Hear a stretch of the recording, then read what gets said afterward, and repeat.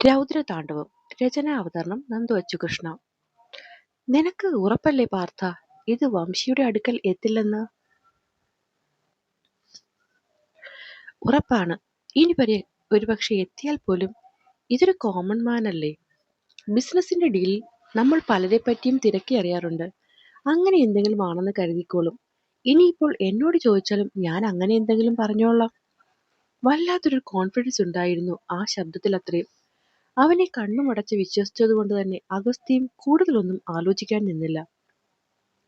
എന്തു പറ്റി ഹരി? ഇന്നലെ മുതൽ ഞാൻ ശ്രദ്ധിക്കുന്നു. നിനക്കെന്താ, സുഖമില്ലേ? പ്രശ്നമൊന്നുമില്ല അങ്കിൾ, ചെറിയൊരു തലവേദന. അവൻ നെറ്റിയിൽ തടവിക്കൊണ്ട് ജോർജിനെ നോക്കി. ഉറപ്പായിട്ടും തലവേദന തന്നെയല്ലേ? അല്ലാതെ ഞാൻ അറിയാത്ത പ്രശ്നമൊന്നും ഇതിലില്ലല്ലോ.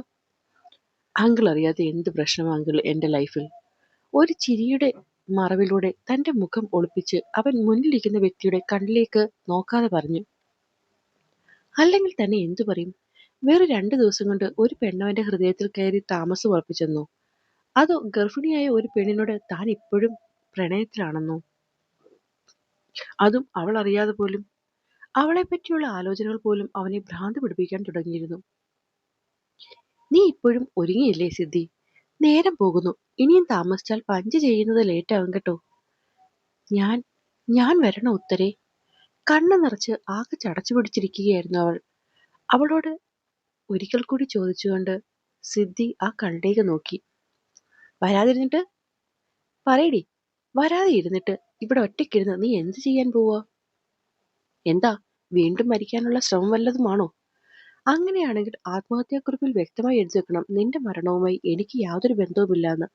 അല്ല, എഴുതി വെച്ചിട്ട് വലിയ കാര്യമൊന്നുമില്ല. കോടതിക്ക് നിയമത്തിനുമൊക്കെ അത് മനസ്സിലായി വരണമെങ്കിൽ പിന്നെയും വർഷങ്ങൾ എടുക്കുമല്ലോ. അത്രയും വർഷം ഞാൻ പോലീസ് സ്റ്റേഷനിൽ കയറിയിറങ്ങി നടന്നോളാം. ഏതായാലും എന്തവസ്ഥയായാലും നിന്റെ ഒപ്പം നിൽക്കുന്നതിന് നീ എനിക്ക് ചെയ്തു തരുന്ന സഹായമായി കണ്ടുകൊണ്ട് ഞാനതൊക്കെ അനുഭവിച്ചോളാം. അതുകൊണ്ട് നീ വരണ്ട, ഇവിടെ ഇരുന്നോ. കണ്ണാടിയിൽ മുടി ചീവിക്കൊണ്ട് തന്നെ അവളെ നോക്കാതെ അവൾ അത്രയും പറഞ്ഞതും പെണ്ണ് മെല്ലെ എഴുന്നേറ്റ് ബാത്റൂമിലേക്ക് പോയി. ബാത്റൂമിൽ കയറിയവൾ കുറെ നേരം കഴിഞ്ഞാണ് പുറത്തേക്കിറങ്ങിയത്. ആ മുഖവും ഭാവവും കണ്ടാലറിയാം ഈ നേരം വരെ അവൾ അകത്തിരുന്ന് കരച്ചിലായിരുന്നു എന്ന്. വഴക്ക് പറയാനോ സമാധാനിപ്പിക്കാനോ ഒന്നും പോയില്ല. കാരണം അത് പിന്നെ അടുത്ത കരച്ചിലിന് വകയാവും. അതുകൊണ്ട് തന്നെ അതിനൊന്നും പോവാതെ ഉത്തരയ്ക്ക് അവളെ എങ്ങനെ സമാധാനിപ്പിക്കണമെന്ന് അറിയില്ലായിരുന്നു. നല്ലോണം താമസിച്ചാണ് അന്നവർ ഓഫീസിലേക്ക് എത്തിയത്. അപ്പോഴും താമസത്തിനോ ഹാഫ് ഡേ പോകുമെന്നോ എന്നൊന്നും പറഞ്ഞ് ഉത്തര അവളോട് വഴക്കുണ്ടാക്കിയില്ല. മറിച്ച് കിളിക്കുഞ്ഞിനെ ചിറകിനടിയിൽ ഒളിപ്പിച്ചു വെക്കുന്ന പക്ഷിയെപ്പോലെ ഉത്തര അവളെയും കൊണ്ട് നടന്നു. ഉള്ളിൽ കയറി ക്യാബിനിലേക്ക് നടക്കുമ്പോഴാണ് സിദ്ധി ഉത്തരയെ പിടിച്ചു നിർത്തുന്നത്.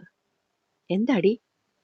അവളുടെ ആ പിടുത്തത്തിൽ തന്നെ അറിയാം എന്തോ വലിയ കാര്യമാണ് പറയാൻ പോകുന്നതെന്ന്. അതുകൊണ്ട് തന്നെ ഉത്തര സമാധാനത്തോടെ അവളെ നോക്കി.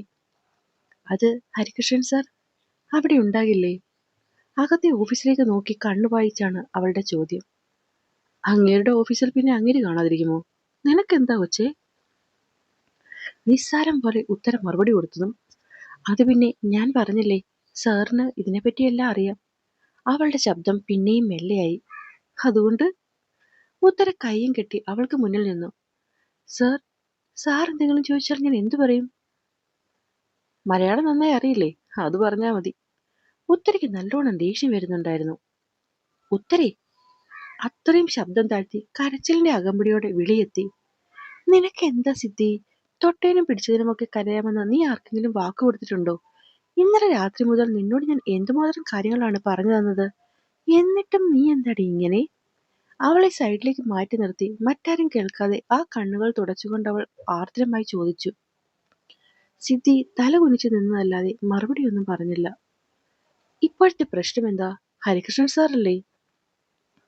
സിദ്ധി അവളെ കണ്ണുകൾ ഉയർത്തി നോക്കി. എടി, ഇവിടെ ഒരുപാട് ഫീമെയിൽ സ്റ്റാഫുകൾ വർക്ക് ചെയ്യുന്നുണ്ട്. അതിൽ കല്യാണം കഴിച്ചവരും കുട്ടികളുള്ളതും പ്രഗ്നന്റ് ആയവരും ഒക്കെയുണ്ട്. ആ പുള്ളി അവരോടെല്ലാം പേഴ്സണൽ കാര്യങ്ങൾ ചോദിച്ച് നടക്കുകയൊന്നുമല്ല. എന്നാലും ഇന്നലെ അദ്ദേഹമല്ലേ എന്നെ കൊണ്ടുപോയത്? അതുകൊണ്ട് അതുകൊണ്ട് ഇപ്പോൾ എന്താന്നാ? വെറുതെയെങ്കിലും സാറിന്റെ ഹസ്ബൻഡിനെ പറ്റി ചോദിച്ചാ തല ഉയർത്തിയങ്ങ് പറഞ്ഞു കൊടുക്കണം, വൈകുണ്ഠത്തിലെ വംശിയാണ് നിന്റെ ഹസ്ബൻഡ് എന്ന്. ഉത്തരേ! പതറിക്കൊണ്ട് സിദ്ധി അവളെ വിളിച്ചു. ഈ നേരം ഫോണിലേക്ക് വന്ന ഡീറ്റെയിൽസ് കണ്ട് അന്തിച്ചു നിൽക്കുകയായിരുന്നു പാർത്ഥൻ. ആ അന്താളിപ്പായിരുന്നു ഒപ്പം നിന്ന മറ്റൊരുവനും. Harikrishnan, HK അസോസിയേറ്റിന്റെ MD. വംശിയുടെ നെറ്റിയിലെ വരകൾ രൂപം കൊണ്ടു. ഇവനെപ്പറ്റി തിരക്കാൻ എന്തിനാണ് പാർത്ഥൻ പറഞ്ഞിരിക്കുന്നത്? അതുവേ തിരക്കാനാണെങ്കിൽ പോലും എന്തിന് എന്നിൽ നിന്നും മറയ്ക്കുന്നു? ഇനിയിപ്പം അന്നത്തെ ഡീല് ക്യാൻസലായതിന്റെ എന്തെങ്കിലും പ്രശ്നങ്ങൾ വന്നിട്ടുണ്ടാകുമോ? What the hell is all happen here? ദേഷ്യം പിടിച്ചു നിർത്താൻ സാധിക്കാതെ കയ്യിലിരിക്കുന്ന ഫോൺ അവൻ സോഫയിലേക്ക് വലിച്ചെറിഞ്ഞു. എന്നാൽ ഈ സമയം കയ്യിൽ കിട്ടിയ ഡീറ്റെയിൽസിലേക്ക് മിഴികൾ പായിച്ച് ആകെ ഞെട്ടിയിരിക്കുകയായിരുന്നു പാർത്ഥനും. എത്രയൊക്കെ ആലോചിച്ചിട്ടും മുന്നിലുള്ള ഒന്നിലും വ്യക്തത കിട്ടുന്നില്ല എന്ന് തോന്നിയപ്പോഴാണ് അവൻ അഗസ്ത്യയെ വിളിച്ചത്. അഗ്നി, നീ എവിടെയാ? ഹോസ്പിറ്റലിൽ. എന്തടാ, ഇനി എമർജൻസി? പാർത്ഥന്റെ ശബ്ദത്തിലെ പതിവില്ലാത്ത ശാന്തതയിൽ അഗസ്ത്യ ജാഗരൂകനായി. സാധാരണയുള്ളവരെ പോലെയല്ല പാർത്ഥൻ. മറ്റുള്ളവർ പ്രശ്നങ്ങൾ കൂടുന്നതനുസരിച്ച് എത്രത്തോളം പാനിക്കാകുമോ അതിന് നേരെ ഓപ്പോസിറ്റാണ് പാർത്ഥന്റെ രീതികൾ. പ്രശ്നങ്ങൾ വലുതായി കാര്യങ്ങൾ കൈവിട്ടു പോകും എന്നൊരവസ്ഥയിൽ പോലും അവൻ അവന്റെ ശാന്തത കൈവിടിയാറില്ല. അതുകൊണ്ട് തന്നെ തങ്ങൾ മൂന്നുപേരിലും എപ്പോഴും പ്രശ്നങ്ങൾ വരുമ്പോൾ ശരിയായ തീരുമാനമെടുക്കാറുള്ളത് പാർത്ഥൻ തന്നെയാണ്. ഒരു പരിധിവരെ അവനെ ആശ്രയിച്ചാണ് പലതും വിട്ടുകൊടുത്തുകൊണ്ട് താനും വംശിയും പിന്മാറുക. ഇന്നും അവന്റെ ഈ ശാന്തതയ്ക്ക് പിന്നിൽ മറ്റെന്തോ വലുതുണ്ട്. Something to big. അതെന്താണെന്ന് ചിന്തിക്കുന്ന നേരം തന്നെ മനസ്സിലേക്ക് ഒരു ചോദ്യം മുഖവുമാണ് ഓടിയെത്തിയത്. സിദ്ധി. അപ്പോഴാണ് സിദ്ധിയുടെ ഡീറ്റെയിൽസ് എടുക്കാൻ അവൻ ഏൽപ്പിച്ച ആളെപ്പറ്റിയും കാര്യവും അഗസ്ത്യ ഓർക്കുന്നത്. Oh shit. അഗസ്ത്യ വലത് കൈയിലെ തള്ളവിരലും ചൂണ്ടുവിരലും ഉപയോഗിച്ച് നെറ്റിയൊന്ന് അമർത്തി തടവി. ഫോൺ അപ്പോഴും കട്ടായിരുന്നില്ല. പാർത്ഥ, ഞാൻ കോൺട്രാക്ടേഴ്സുമായിട്ട് ഒരു അർജന്റ് മീറ്റിംഗിലാണ്. ഒരു 15 മിനിറ്റ്. അതിനുശേഷം ഞാൻ ഇവിടെ നിന്നിറങ്ങും. ക്രൗൺ പ്ലാസയിലേക്ക് വന്നാൽ മതി. തങ്ങളുടെ എല്ലാവരുടെയും ജീവിതം താളം തെറ്റാൻ പാകത്തിലുള്ള എന്തോ ഒന്നാണ് അവന്റെ കയ്യിലുള്ളതെന്ന് വ്യക്തം. സർ, വംശിസാറിന്റെ അഭിപ്രായത്തിൽ ഈ പ്ലാൻ ആയിരിക്കും ഏറ്റവും നല്ലത്. അഗസ്ത്യ ചിന്തകളിൽ നിന്നും ഞെട്ടി മുന്നിലിരിക്കുന്നവരെ നോക്കി.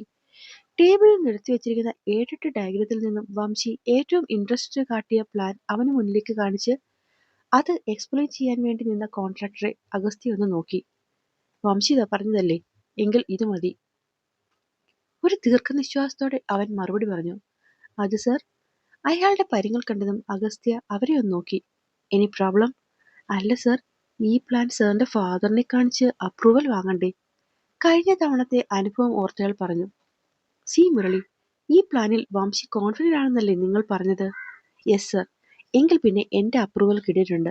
ഇവിടെ ഇപ്പോ അത്രയും പോരെ നിങ്ങൾക്ക്? Yes sir. വംശി സാർ എടുത്തു പറഞ്ഞിരുന്നു ഡിസൈനിൽ സാറിന്റെ മാത്രം ഇൻട്രസ്റ്റ് നോക്കിയാൽ മതിയെന്ന്. അപ്പോൾ ഫിക്സ്ഡ്.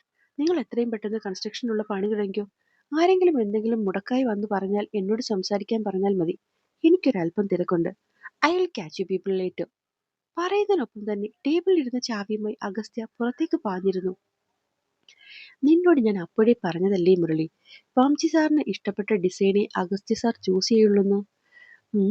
വല്ലാത്തൊരു ഫ്രണ്ട്ഷിപ്പാണ് ഈ ത്രിമൂർത്തികൾ തമ്മിൽ, അല്ലേടാ? ആണോന്നോ? ഒരാൾക്ക് വേണ്ടി മറ്റൊരാൾ ചത്തുകളയും. അതുപോലെ കൂട്ടത്തിലൊരാളുടെ സന്തോഷത്തിന് വേണ്ടിയാണെങ്കിൽ ഒരാളെ കൊല്ലണം എന്ന് വെച്ചാൽ അതും ചെയ്യും. ഇവരുടെ ഒന്നും കൈ വിറയ്ക്കലടാ ഒരാളെ ജീവൻ എടുക്കാൻ വേണ്ടി പോലും. ആ പാർത്ഥൻ സാർ ഇവർക്കൊക്കെ ഒപ്പമുള്ളതാണ് ആകെ ഒരു ആശ്വാസം. അല്ലെങ്കിൽ ഈ 2 രാവണന്മാരും കൂടി ചേർന്ന് ഭൂമി തന്നെ കത്തിച്ചേനെ. കയ്യിലിരുന്ന പ്ലാനുകൾ അടുക്കി വെക്കുന്നതിനിടയിൽ കോൺട്രാക്ടേഴ്സ് പരസ്പരം പറഞ്ഞു ചിരിച്ചു. വാട്ട്? HK അസോസിയേറ്റ്സിന്റെ MD Harikrishnan? ഇയാൾ എങ്ങനെ സിദ്ധിയുടെ ഹസ്ബൻഡ് ആവും? നിനക്ക് തെറ്റിയിട്ടില്ല എന്ന് ഉറപ്പല്ലേ പാർത്ഥ? കയ്യിൽ കിട്ടിയ ഡീറ്റെയിൽസ് തന്നെ പിന്നെയും അങ്ങോട്ടും ഇങ്ങോട്ടും നോക്കി അഗസ്ത്യക്ക് വിശ്വസിക്കാൻ പറ്റുന്നുണ്ടായിരുന്നില്ല. നീ തന്ന ഡീറ്റെയിൽസ് വെച്ച് കിട്ടിയ ഇൻഫർമേഷനാണ് അഗസ്ത്യ നിന്റെ മുന്നിലിരിക്കുന്നത്. അല്ലാതെ I am not questioning you Partha. Actually I am. തല ഒന്ന് വെട്ടിച്ച് നെറ്റി ഒഴിഞ്ഞുകൊണ്ട് അഗസ്ത്യ കയ്യിലിരുന്ന ഫോൺ ടേബിളിലേക്ക് വെച്ച് എഴുന്നേറ്റ് നിന്നു. ഉഫ്. താൻ ഈ ഡീറ്റെയിൽസ് കണ്ടപ്പോൾ എത്രത്തോളം ഞെട്ടിയോ അതേ പകപ്പായിരുന്നു ഇപ്പോൾ അഗസ്ത്യയുടെ മുഖത്ത്. പാർത്ഥ, ഐ ആം ഷുവർ നീ കാര്യത്തിന്റെ ഹെഡ് ടു ടോ വരെ അന്വേഷിച്ചിട്ടുണ്ടാവും. എന്നാലും ഒരിക്കൽ കൂടി ചോദിക്കുക, നിനക്ക് ഈ ഇൻഫർമേഷൻസ് പാസ് ചെയ്ത ആൾ ട്രസ്റ്റ്വർത്തി ആണല്ലോ അല്ലേ? അയാൾക്ക് തെറ്റില്ലല്ലോ? ഇല്ല അഗസ്ത്യ, നമുക്ക് ജെയിംസിനെ കണ്ണും പൂട്ടി വിശ്വസിക്കാം. വംശി എത്രത്തോളം ട്രസ്റ്റ് ചെയ്യുന്ന ആളാണ്. സോ നിനക്കൊരു സെക്കൻഡ് തോട്ടിന്റെ ആവശ്യമേ ഇവിടെ ഇല്ല. എടാ, ഇനിയിപ്പോ ഈ കാര്യം നമ്മൾ വംശിയോട് പറയാൻ പറ്റുമോ? അയാളെങ്ങനെ നീ വംശിയോട് പറഞ്ഞാലോ? പറയില്ല അഗസ്ത്യ. ബിക്കോസ് നോർമലി ഇതുപോലെ ഒരുപാട് ആൾക്കാരുടെ ഡീറ്റെയിൽസ് ഞാൻ ജെയിംസിനെ കൊണ്ട് എടുപ്പിക്കുന്നതാണ്. ഇനി ഇപ്പോൾ വംശി അറിയാണെങ്കിൽ ഒന്നെങ്കിൽ ഞാൻ എടുത്ത ഡീറ്റെയിൽസിനെ പറ്റി ജെയിംസിന് എന്തെങ്കിലും ഡൗട്ട് തോന്നും, അല്ലെങ്കിൽ നേരിട്ട് വംശി ഇതിൽ ഇൻവോൾവ് ആവണം. ഇങ്ങനത്തെ രണ്ട് സാഹചര്യവും ഇപ്പോൾ നിലവിലില്ലാത്തതുകൊണ്ട് ഹരിയെ പറ്റിയുള്ള ഡീറ്റെയിൽസ് ഒന്നും ജെയിംസ് വംശിയോട് പറഞ്ഞിട്ടുണ്ടാവില്ല. അത്രയും ആത്മവിശ്വാസത്തോടെ പാർത്ഥൻ അഗസ്ത്യയെ നോക്കി പറഞ്ഞു. So what the next plan? അതിൽ മുന്നേ ചോദ്യമില്ലല്ലോ അഗസ്ത്യ. മുന്നിൽ നിൽക്കുന്ന ആൾ ആരായാലും അയാളെ കാണാൻ പോകണമെന്നല്ലേ നമ്മൾ തീരുമാനിച്ചത്. അതൊക്കെ ശരി തന്നെ. പക്ഷെ പാർത്ഥ, മുന്നിൽ നിൽക്കുന്ന ആൾ സാധാരണക്കാരനല്ല. ഒരു പക്ഷേ വംശിയോളം തന്നെ ശക്തനാണ് അയാളും. അഗസ്ത്യ തന്റെ ആശങ്ക മറച്ചുവെച്ചില്ല. നമ്മുടെ വംശിയുടെയോ?